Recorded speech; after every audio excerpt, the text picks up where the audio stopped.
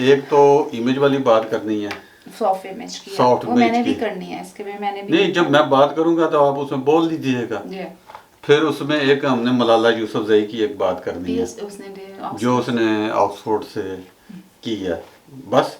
और क्या करनी है बात? और इसके अलावा मैंने आपको सुबह भी बताया था कि एक तो हमने करनी है ऑनलाइन जो क्लासेस हैं रिमोट, जो बलूचिस्तान वगैरह के अंडर प्रिविलेज्ड एरियाज हैं, हाँ, उसमें उनके क्या अंदर बच्चे जो हैं वो कहते हैं कि हम कैसे पढ़ाई करें, मींस के हमारे पास ना इंटरनेट की सहूलत है और ना ही हमारे पास चलो छोड़ो जी एक मिनट। और सेकंड फेज आ गया मेरीलैंड में, हमने ग्रेजुअली ओपन किया है। और दूसरी बात ये है कि जो ये आपने मना किया था प्लाज्मा के जो फरोख्त हो रही है और जिस तरह से प्लाज्मा पता नहीं मिसयूज अथॉरिटीज फॉर ट्रांसपेरेंसी। ले जी मैं शुरू करूंगी, करो जी शुरू। ये भी शामिल कर लीजिएगा चाहिए, ये हमेशा शुरू करते हैं, आज मेरी बारी है।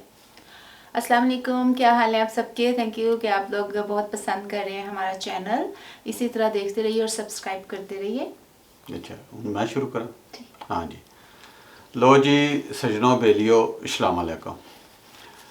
आज की जो एक अहम बात है वो ये है कि हमारे कुछ रिश्तेदारों ने और दोस्तों ने बड़े सख्त इतराज़ात किए हैं कि आप लोग हर वक्त पाकिस्तान की बुराइयां ही करते रहते हैं, तो आपके पास और कोई काम नहीं है, आपको पाकिस्तान की कोई अच्छी चीज़ नज़र नहीं आती। आपने मुझे रिश्तेदारों का तो नहीं बताया था, लोगों का कुछ का? हाँ, मैंने रिश्तेदारों का इसलिए नहीं बताया था कि फिर आपने मुझसे पूछना है, फिर आपने मेरे रिश्तेदारों की बुराइयां शुरू कर देनी है। अच्छा चलो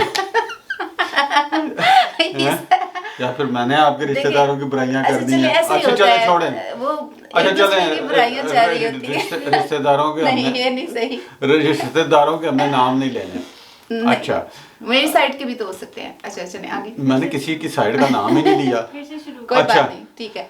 तो उसमें ये है कि वो हमारे जो दोस्त हैं, रिश्तेदार हैं, वो कहते हैं कि जी आप पाकिस्तान का नाम बदनाम करते हैं, उसका कोई सॉफ्ट इमेज प्रमोट किया करें। तो मेरी उनसे यही रिक्वेस्ट है कि रिक्वेस्ट तो नहीं है, मेरा उनको ये कहना है कि देखें, पाकिस्तान का, हमें पाकिस्तान से मोहब्बत है, पाकिस्तानियों से मोहब्बत है। हमारी जो नफ़रत का निशाना या तनकीद का निशाना वो लोग बनते हैं जो पाकिस्तान के इक़्तिदार पर काबिज़ हैं, जिनकी वजह से अवाम की ज़िंदगी जो है वो अजीरन बनी हुई है। अब देखें, पाकिस्तान का सॉफ्ट इमेज प्रमोट करने के लिए सबसे पहले तो ज़रूरी है कि वहाँ पे कानून की हुक्मरानी हो। कानून की हुक्मरानी का मतलब होता है कि वहाँ पे अवाम की नुमाइंदा हुकूमत हो, इलेक्शंस हो और अवाम मुंतखब हो गए। अवाम की नुमाइंदाई तो आती है गवर्नमेंट। नहीं प्रॉब्लम, अब देखें ना, आप समझे, थोड़ी सी बात थोड़ी सी बारीक है, इसको समझे। अवाम, ये हमारी जो रियासती अदारा है, पाकिस्तान आर्मी नाम आ जाता है, ये अपने मनपसंद लोगों को लाने के लिए इलेक्शन में धांधली करते हैं, अवाम का मैंडेट चोरी करते हैं। अब देखें ना, इमरान खान को सर पे ला के बिठाया हुआ है।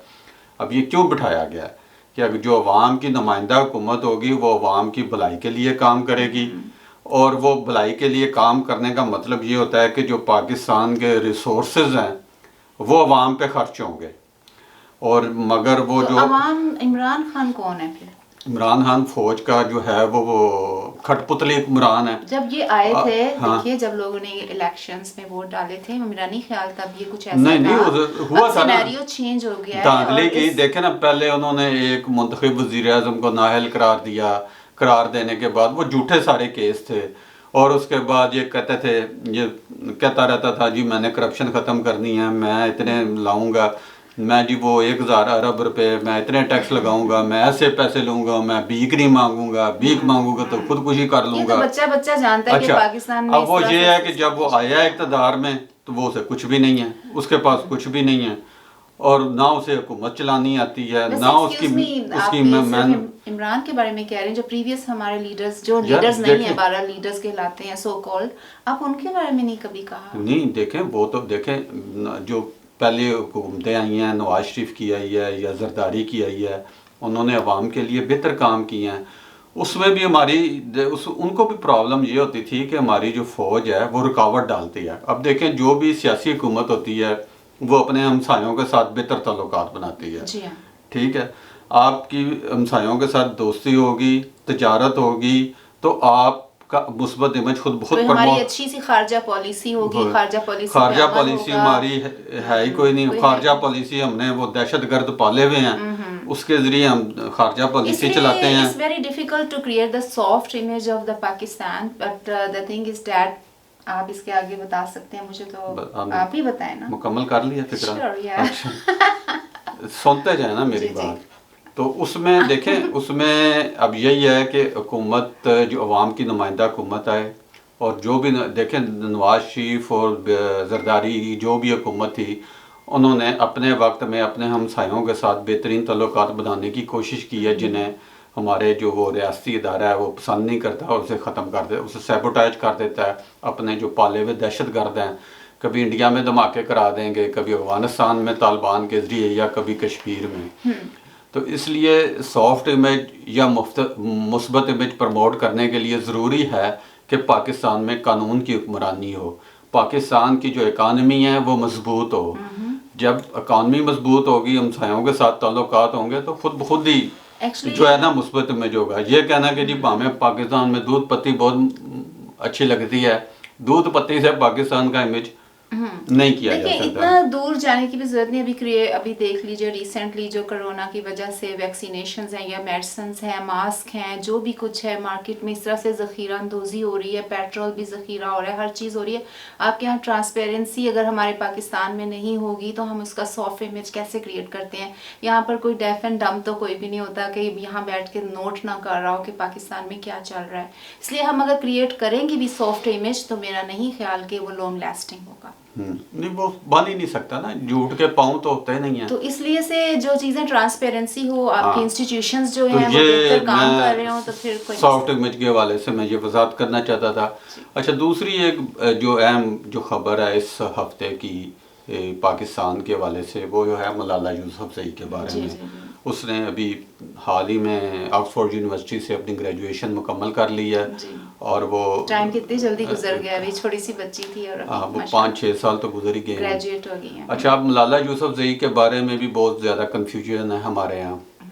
एक तो पहले दिन से ही उसको जो हमारी इंतहा पसंद कुव्वतें हैं, उन्होंने उसको निशाना बनाना शुरू कर दिया था, और उसके जब उसे गोली मारी गई थी तो उसकी वैन में 2 और लड़कियां भी थी, जिनमें से 2 को गोली लगी थी।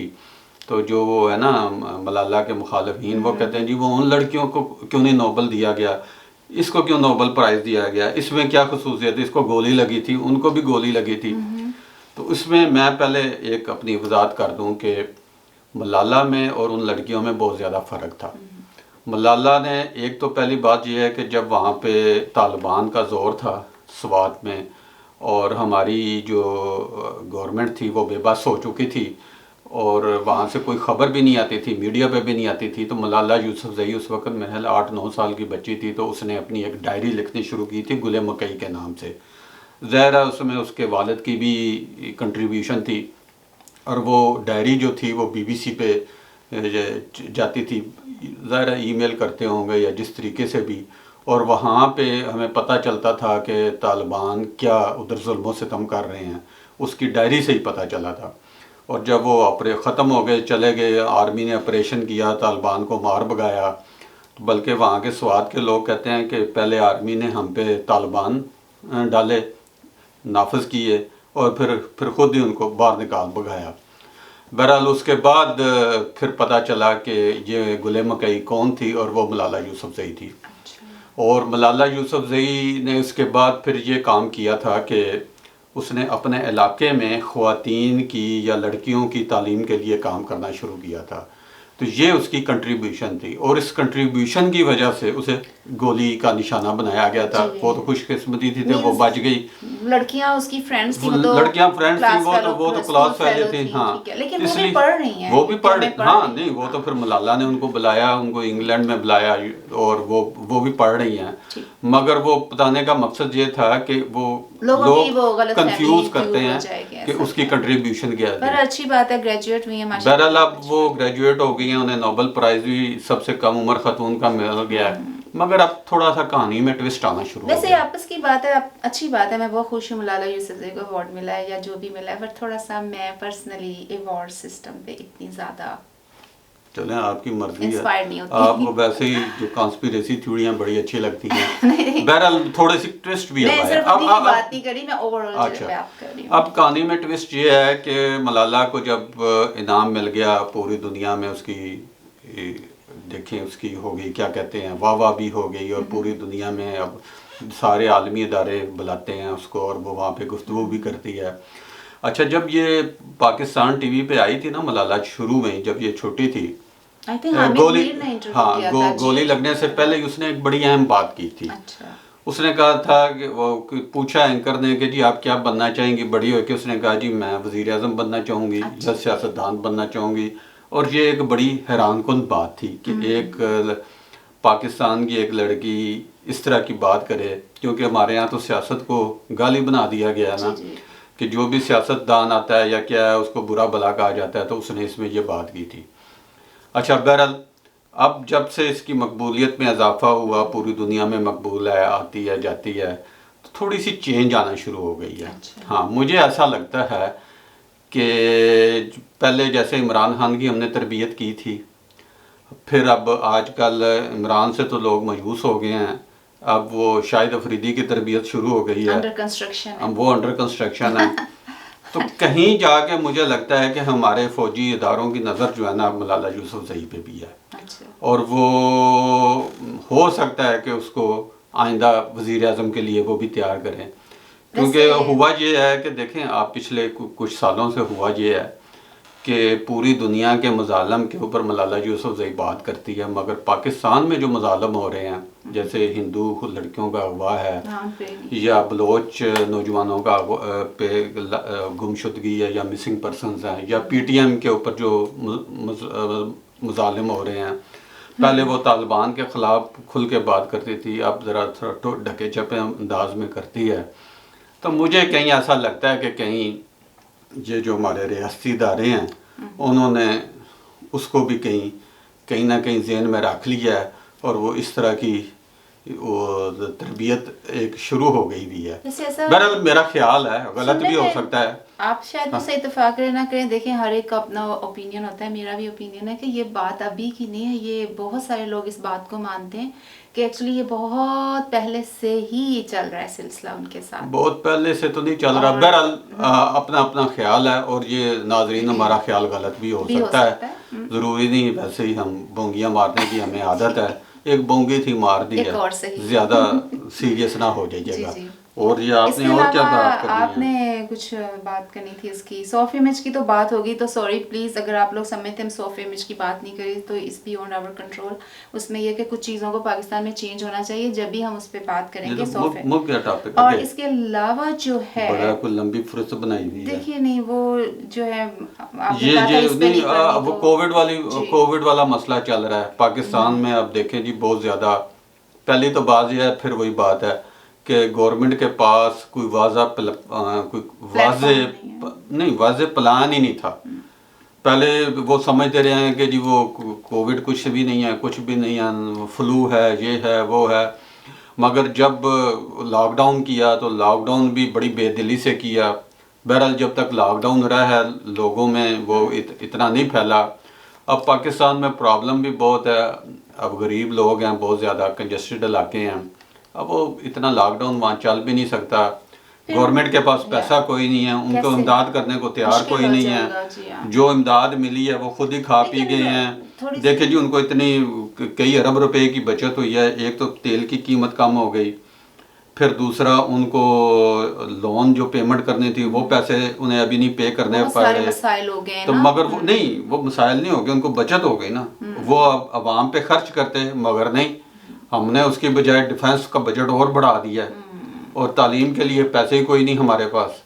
तो ये इस तरह के मसाइल हैं। बहरहाल अब जितनी भी अमवात हो रही हैं ना, इसमें पाकिस्तान के 3 बड़े अदारे मैं समझता हूँ जिम्मेदार हैं। अच्छा। पहला तो हमारी ये गवर्नमेंट है, ठीक है, उसके पास कोई वैसा प्लान नहीं था। दूसरा जो बड़ा अदारा है वो अदलिया है, कि जो वो मुसलसल जो सिंध में अगर लॉकडाउन है तो उसकी मुखालफत करते रहे हैं, फिर उन्होंने लॉकडाउन खोला है और सारा कुछ ईद के मौके के ऊपर। और फिर तीसरा जो बड़ा अदारा है वो पाकिस्तानी मीडिया है, और अब जब पाकिस्तानी एंकर्स को कोरोना होना शुरू हुआ है तो अब उन्हें डॉक्टरों की भी याद आई है। और सारे पहले ये शुरू में जो है मिस इन्फॉर्मेशन फैलाते रहे हैं कोविड के हवाले से। उधर किसी माहिर को या किसी डॉक्टर को या किसी साइंसदान को बुलाने की बजाय मौलवियों को बुला लेते थे। वो मौलवी पहले साजिश करार देते थे। कोई एक आध माड़ा मोटा कोई डॉक्टर आ भी गया है तो वो मौलवी के आगे जब वो कुरान और हदीस के हवाले देता है तो डॉक्टर बेचारा खामोश हो जाता है। वो क्या करे, उसे तो अपनी जान बचाने की फिक्र पड़ जाती है। मगर अब जब बीमार होना शुरू हुए हैं तो अब वो डॉक्टरों की बात करना शुरू हो गए। हालांकि डॉक्टर पहले दिन से ही वहाँ पे एहतजाज कर रहे हैं। तो सामान आया है वो हमने बाहर भेज दिया, कुछ मार्केट में भेज दिया है, कुछ अमेरिका भेज दिया है, उधर है कुछ नहीं है। लोग अस्पतालों में रोल रहे हैं। जिस तरीके से वो बैठे उधर आप देखें हॉस्पिटल के बाहर जो कुछ हो रहा है तो वो तो बहुत अलमनाक सूरत है। और जो चाइनीज सैंपल्स या जो भी कुछ आया हुआ है वो सेल हो रहा है, वो कहाँ तक कैसे पहुंचा फार्मेसीज पे, ये भी एक बात है। फिर कहते हैं सॉफ्ट इमेज करें, अब कैसे बात करें हम? बस सॉफ्ट इमेज, बस यही बताएं कि जो लोग पाकिस्तान जाते हैं उन्हें दूध पत्ती बहुत अच्छी लगती है। हाँ, वो कुछ गोरों को लेके जाते हैं ना, तो वो गोरे कहते हैं जी हमें दूध पत्ती बहुत अच्छी लगती है।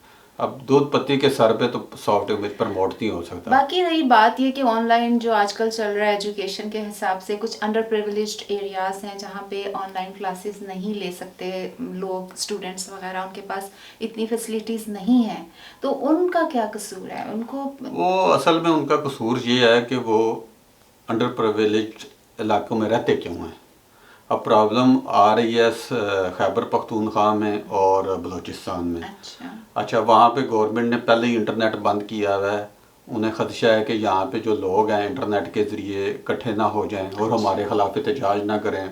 बलूचिस्तान में भी इंसर्जेंसी चल रही है। वो कहते हैं जी ये जो बलोच अलहदगी पसंद हैं ये इंटरनेट इस्तेमाल करते हैं तो उनको। इसी तरह वो PTM की आपस में जो होते हैं पैगामात को रोकने के लिए वो इंटरनेट चलाते नहीं हैं। एजुकेशन तो लेवल इस वजह से उन तालिब इल्मों का कसूर ये है कि वो इन इलाकों में रहते क्यों हैं। उन्हें पंजाब में आ जाना चाहिए। हाँ, सारे पंजाब में आ जाएंगे तो अच्छी तालीम भी हासिल कर लेंगे, अच्छा इंटरनेट भी उन्हें मिल जाएगा। दूसरा ये है कि मैं सोच रही हूँ कि मैं कल भी पढ़ रही थी कि एग्जाम्स के बगैर अगर स्टूडेंट्स को प्रमोट कर देंगे तो हमारा जो अगला फ्यूचर स्टूडेंट है जो बन के कोई प्रोफेशनल निकलेगा, मींस कि उसके पास नॉलेज बहुत कम नहीं होगी। पहला कौन सा प्रोफेशनल निकला है काम मींस के कुछ प्रोफेशनल होते हैं कि उनके पास अच्छी इंफॉर्मेशन होती, क्लास वो पहले ही रट्टू तोते निकल रहे हैं तो अब और उन्होंने क्या नहीं। बहरहाल ये मेरा एक एप्रीहेंशन है जो कि मैंने शेयर किया है। चले ठीक है, तो अब मेरा ख्याल है टाइम बहुत हो गया, क्योंकि लोग वैसे भी अब लंबी वीडियो नहीं देखते और आपने हर कोई जो है हर किसी ने अब वो क्या कहते हैं अपना YouTube चैनल बना लिया है। और आपने चिकन कढ़ाई भी बना ली। वो उसको छोड़े अभी, फिर बात करेंगे। अच्छा। तो हर कोई चैनल अपना बना के बैठा है। हाँ, ये भी है। तो अब सूरत हाल वही हो गई है जैसे किसी ज़माने में, बल्कि अब भी वो शायर होते थे ना, तो वो हर बंदा ही शायर है। वो अपनी गज़ल कहता है तो सुनने वाला कोई नहीं होता। अब हमारा हाल भी यही है कि हर कोई YouTube का चैनल बना रहा है और सुनने वाला पता नहीं कोई आता है या नहीं आता। कोरोना की जैसे इतने लॉकडाउन के अंदर बैठ बोर भी हो गए। हम आपसे अब इजाजत चाहते हैं और अगले हफ्ते फिर कोई नई नोक झोंक के साथ हाजिर होंगे, नई बोंगियों के साथ होंगे।